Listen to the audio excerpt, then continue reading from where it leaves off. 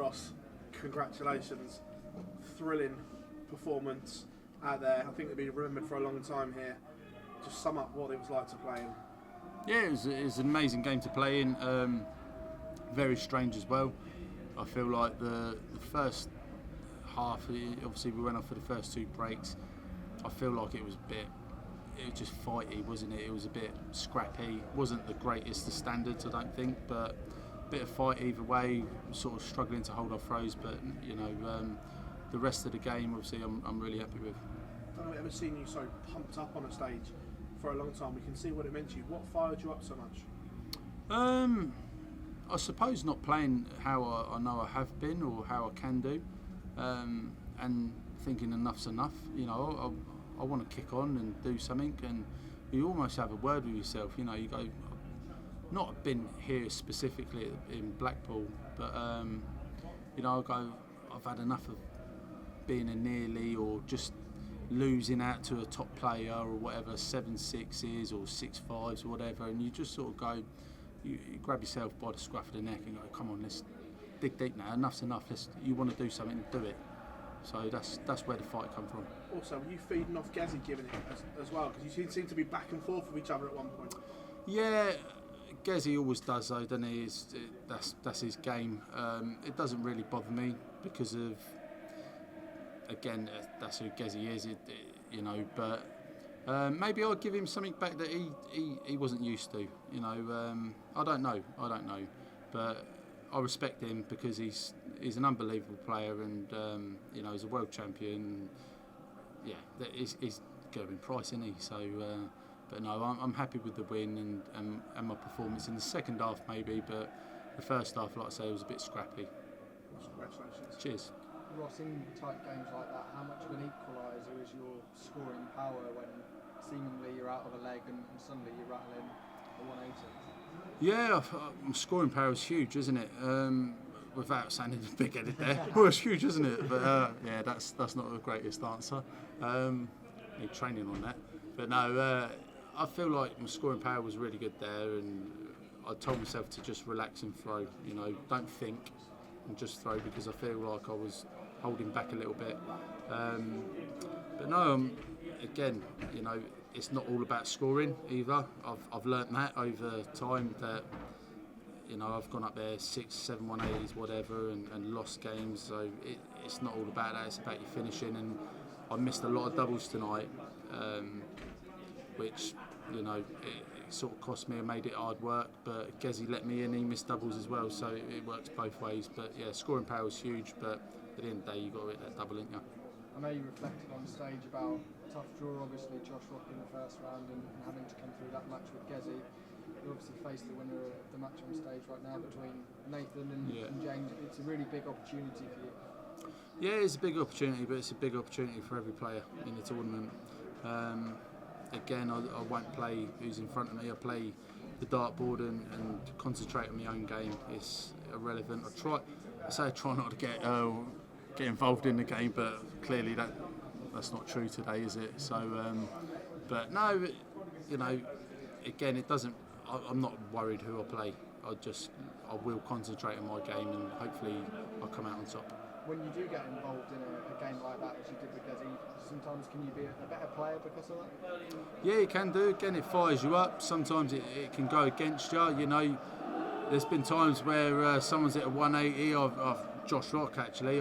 He's at a 180. I've hit a 180, and I've given him it back, and then he hits another one. You think, oh, here we go again. Do you know what I mean? It's relentless. Or they take a finish out, and you think, oh, I thought I had you there. So yeah, there's a lot of mind games without it being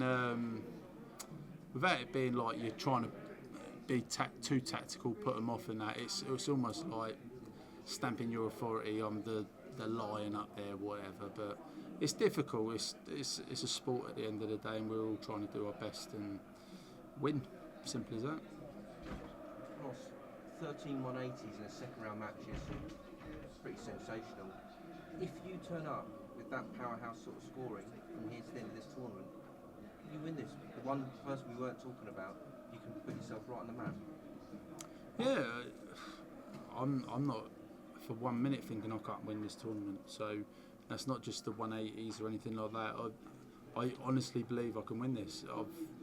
I feel like it's a strange one. Last year I feel like I probably played really well, better than what I have done this year, but this year I've been more consistent, grinded results out. It sounds crazy, I'm learning. You know, I'm 35, I've been playing the game over 20 years, but I'm still learning, and I think that's important. But yeah, I'm learning to grind games out, and I look at people like James Wade, you know, he knows how to dig deep, grind a result out, people like him, and yeah. But no, I wouldn't be here if I didn't feel like I could win it. I've won one major. There's nothing stopping me going and winning another, whether it's this year, next year, the year after that, it doesn't bother me. I go into every tournament and I give 110%, and that's all that matters, and I can live with that, and it's as simple as that. Ross, I would expect that you would kick off favourite in the quarter-final, whoever you face, James or Nathan. Do you feel that, and is that a different sort of pressure?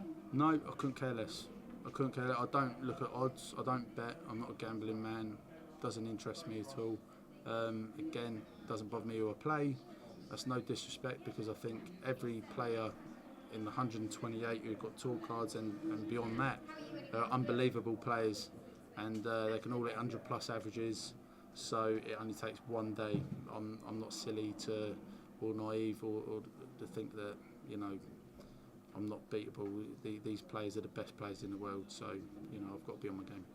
And at the start of the match, just then against Gerwyn, it seemed to be quite a slow-paced match. Was that a conscious choice, or was it just difficult to find that rhythm early doors? Yeah, it was difficult to find the rhythm. I was listening to the crowd a bit, you know, they was chanting England and stuff like that. But I think I probably got a bit, not too wrapped up in it, but, you know, you listen to stuff, you can't help it, you hear stuff and that. But, you know, again, it's another thing that I'll probably learn from. You know, I've probably heard it before, to be honest, and I tell myself it again. It's a continuous thing, isn't it? You try and learn all the time. So, but yeah, you know, it is what it is. Format now goes to best of 31. How do you prepare for such a long format match? Just do what I've been doing. There's no secret or anything like that. I'll go home now and have a good night's sleep, and tomorrow just chill out. And the day I play, I'll go back. Well, I'll be in the hotel and I'll just be nice and simple. I'll probably go and have a light workout at the gym, nice swim, and just relax and try and have a little sleep before I turn up at the venue. Cheers, Ross. Thank you. Ross, congratulations. Thank you. So you talk about having to use those tight results, those tight losses to boost you going forward. Obviously, Euro Tour this year, quarter-final, you lost 6-5 to Gerwyn with a ton-plus average. So was that in your mind at all as something you could use to move it? No, not really. I sort of thought about it. Things enter your head randomly throughout the day.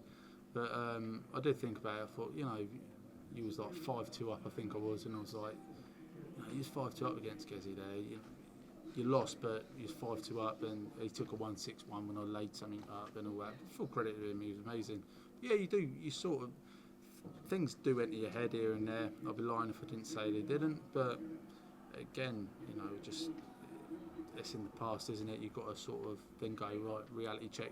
If I look at things in the past, maybe I will try and take the positives out of it and go, like I just said, I was 5-2 up or whatever. Don't let that happen again. That sort of thing. But you know, it doesn't matter what you've done previously. Like I say, it doesn't matter what I've done today. All that matters is the next game. It's irrelevant. In a match like that, where there's such a breaks of throw, does that change the dynamic at all? Or instead of thinking, right, I've got to hold my throw, your first thought is, I've got to attack his throw instead? Yeah, you do. You go up there, you do think that. You know, at one point I was thinking, Jesus Christ, I keep breaking him, but I just wish I could hold my own throw. So things like that do affect you, but I know full well when he's throwing, I've got to be on it. You can't be slacking in the slightest, can you? But again, when you're throwing as well, you tell yourself that you've got to go, you know, let's kick in 180, 140, something like that. But it's difficult, you know, it is difficult. But again, I'll go up there, do my best, and won today, so I'm happy. Ross, congratulations on a really entertaining game. During that game, there was obviously in your interview at the moment, you're very calm, you're very relaxed. On the stage, you seem to be a bit of a different animal, very aggressive on the big outshots and stuff. Is it difficult to just keep on the level, or do you need that, as you say earlier in the game, you needed to grab yourself by the collar and pull yourself up, and did you need that level of anger to focus or to concentrate, or is it just you're an in-the-moment player? Yeah, I think it's a mixture of everything, to be fair. You know, you can go up there and yeah, it's just a mixture. I'm not going to lie. It can be you caught up in the moment. He could large it 1 minute, and then you sort of fire back and let him know you're there, and it's difficult. But yeah, sometimes again, I just needed to. It wasn't about him. I felt like I missed a few doubles here and there, and it's sort of almost like I said to you earlier. Like I needed to grab myself by the scruff of the neck and get on with it, because I just felt like I was missing something a little bit. So yeah, something like that, sometimes it can G you up a bit. Yeah, and obviously it's worked on this occasion, and good luck in the next round. Thank you very much, appreciate it. All good, everyone. With Nathan.